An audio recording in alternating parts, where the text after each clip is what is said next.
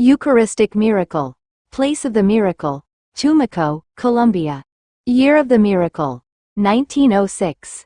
The undersea earthquake in 1906 on the Pacific coast caused enormous damage in many areas. Father Bernardino Garcia of the Conception, who at the time was in the city of Panama, gave the following testimony regarding the terrible cataclysm that struck the area. Unexpectedly, an enormous wave, we style them tsunamis today, crashed into the port, reached into the market area and destroyed everything. Boats that had been drawn up on shore were picked up, hurled long distances, causing heavy losses. The small island of Tumaco was spared by a miracle thanks to the faith of the people and the blessing with the Blessed Sacrament by Father Gerardo Lorando.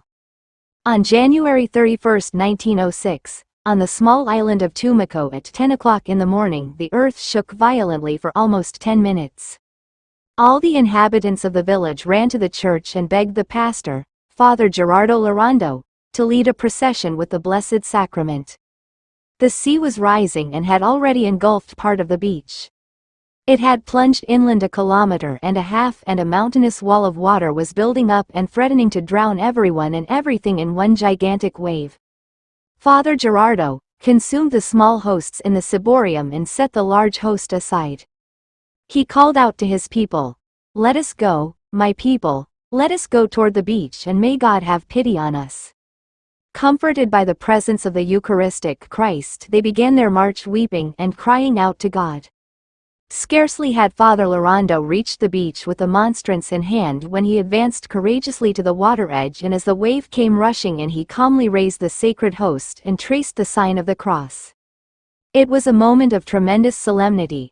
The wave hesitated, paused and backed off.